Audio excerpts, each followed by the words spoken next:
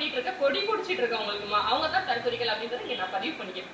தற்குறிகள் எங்களோட பேரு, எங்களோட தமிழக வெற்றி கழகத்தோட பெரிய பேரு தற்குறிகள். ஓகே, நாங்க தற்குறிகள். யாரெல்லாம் தற்குறிகள் நான் சொல்றேன். ஒருத்தவங்களுக்கு உடம்பு சரியில்லை, ஹாஸ்பிட்டல் அரசு ஹாஸ்பிட்டலுக்கு போகணும், நைட்டு 12 o'clock அர்ஜென்ட்டா உடம்பு இல்ல, வேற வழியில 10 நிமிஷத்துல காப்பாற்றணும், அரசு ஹாஸ்பிட்டலுக்கு போவீங்களா? மாட்டோம். ஏன்னா அங்க போனா டாக்டர் இருக்க மாட்டாங்க, மருந்து இருக்காது அப்படின்றதுதான் இன்னைய நிலைமை, தமிழ்நாட்டோட நிலைமை.